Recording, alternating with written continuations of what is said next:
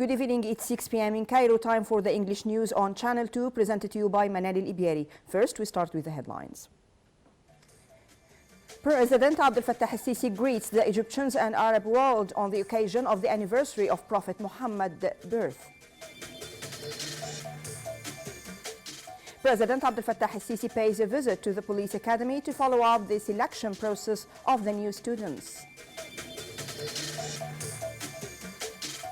And Iraqi forces retake key bridges from protesters.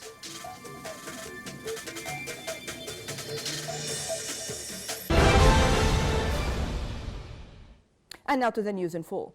On the occasion of the anniversary of the birth of Prophet Muhammad, peace be upon him, on his social media account, President Abdel Fattah al-Sisi greeted the Egyptians and all Arab world, marking the anniversary of the birth of Prophet Muhammad, who spread tolerance and wisdom.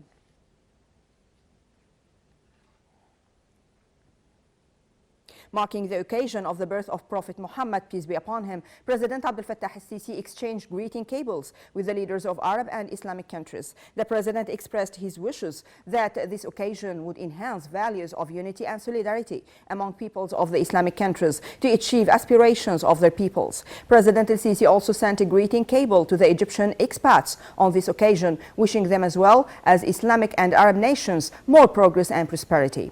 Meanwhile, President al-Sisi received congratulations cables from top state officials, greeting him and wishing Egypt prosperity and stability.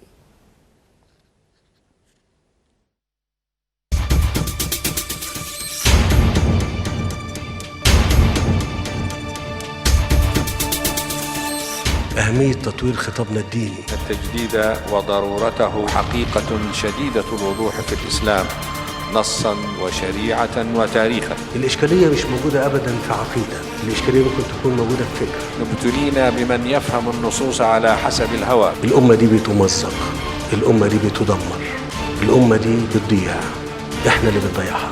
الدنيا كلها منتظرة كلمتكم. إن الله يبعث لهذه الأمة على رأس كل 100 سنة من يجدد لها دينها. لكن إحنا محتاجين نفكر ونتدبر. أين التجديد وأين المجددون؟ احنا محتاجين ثورة دينية. لا مفر من صنع السلام أولا بين رجال الأديان وعلمائها. أنتم مسؤولين أمام الله، والله لأحاجيكم يوم القيامة.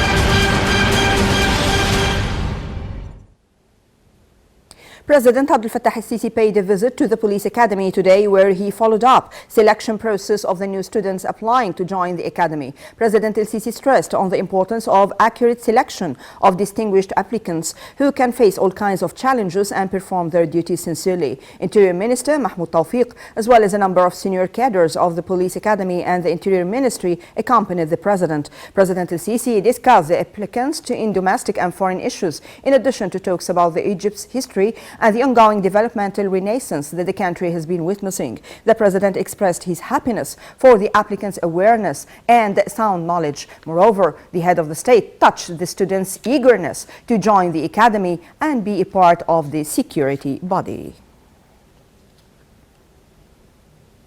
In a report from the head of the National Center for Land Use Planning, Prime Minister Mustafa Madbouli reviewed the available opportunities in the investment map of the industrial districts nationwide. Madbouli asserted that the map that has been recently launched is set upon the directives of President Abdel Fattah al-Sisi to develop and enhance investment, as well as facilitating the measures to implement the industrial projects. Prime Minister also stressed the importance of the continuous updating of the database on the governmental website. Samir Gaga, head of the Lebanese Forces Party, said the only way out of the crisis was the formation of a competent government independent of political parties, as demanded by the protesters who have been demonstrating against the ruling elite. Also, Lebanon's Grand Mufti, the top cleric for Sunni Muslims, called today for those in power to meet protesters' demands of ending corruption. In a televised address on the occasion of Prophet Muhammad's birthday, Grand Mufti also said the time had come for the prompt formation of a national emergency government of experts. Operations have resumed at Iraq's Qasr commodities port near Basra. All the port's terminals were operating today and ships began to unload cargo at terminals. Details. Iraqi security forces wrested back control today of 3 bridges in the heart of Baghdad that had been partially occupied by anti-government protesters in recent days. They retook Al-Sinik, Al-Shuhada and Al-Ahrar bridges over the river Tigris that link the East Bank, where the main protest camps are located, with neighborhoods on the West Bank that are home to government offices and foreign embassies. Amid volleys of tear gas, security forces chased demonstrators back onto Al-Rashid Street, one of Baghdad's oldest strongholds.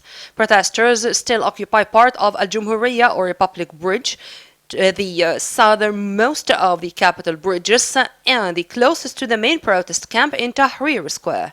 Over the past 2 weeks, demonstrators had split over from the square, first taking over part of Al-Jumhuriyya Bridge before creeping north onto other 3. But the government ordered the security forces to keep them back. Al-Jumhuriyya Bridge leads to the Green Zone, where Parliament and the British and US embassies are located.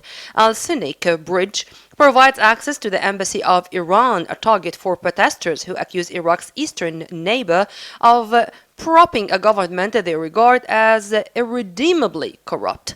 Al-Ahrar, or Freemen, and Al-Shuhada, the martyrs, bridges lead to the Prime Minister's office and state television headquarters.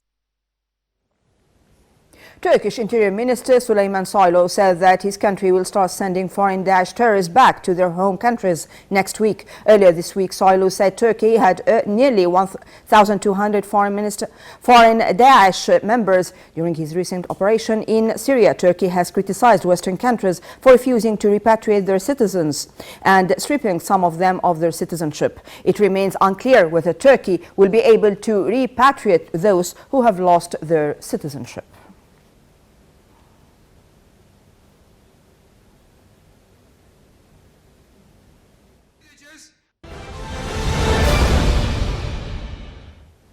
Afghan officials and experts today rubbished Tajik authorities' charges that members of Daesh terrorist group were behind a deadly shootout in Tajikistan. 15 militants were killed in Tajikistan during an attack on a border post that officials blamed on Daesh terrorists who crossed over from Afghanistan. The overnight assault carried out not far from the Tajik capital, Dushanbe, also left a soldier and policeman dead.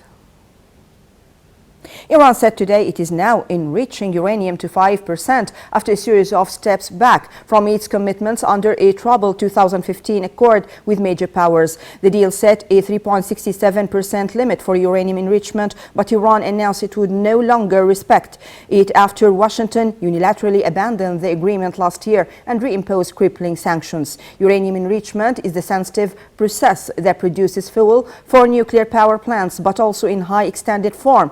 The current 5% level exceeds the limit set by the accord, but is less than the 20% Iran had previously operated and far less than the 90% level required for a warhead.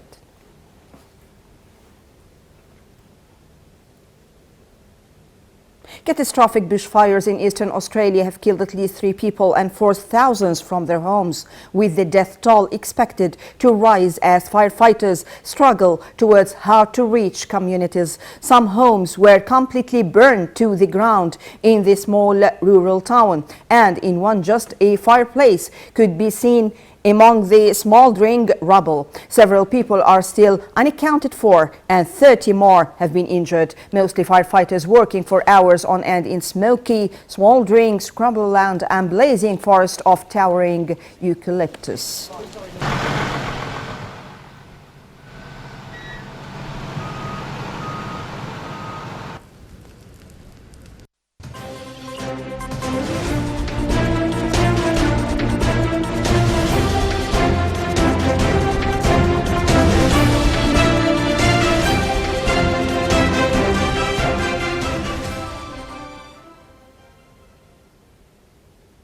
Bloomberg agency said that inflation rate in Egypt declined to its lowest level in 9 years, describing the news as the biggest achievement from the country's economic reform program. The American agency added that the slowdown in the inflation rates reflected a drop in food and beverage prices. It noted that the decline will further offer the central bank new motive to decide more rate cut during its upcoming meeting due next week.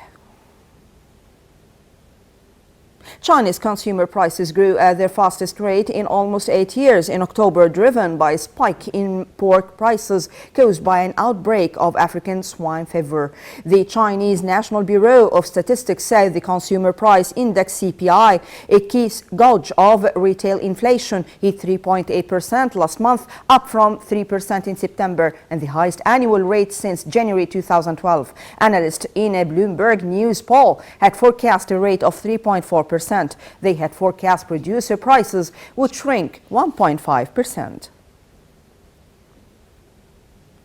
Sterling fell to a 2-week low after 2 Bank of England officials unexpectedly voted to cut interest rates this month, and others said they would consider a cut if global and Brexit headwinds did not lift. The BOE said that its 9-member Monetary Policy Committee voted 7-2 to keep its key rate at 0.75%, in sharp contrast for forecasts in a Reuters poll for a unanimous decision. So far, the central bank has resisted following the U.S. Federal Reserve and the European Central Bank in cutting rates in response to Brexit challenges and a global slowdown caused by a protracted U.S.-China trade war. The news took markets by surprise, pushing sterling down against its major rivals. The British currency fell to its low point in nearly 2 weeks, down as much as $1.279.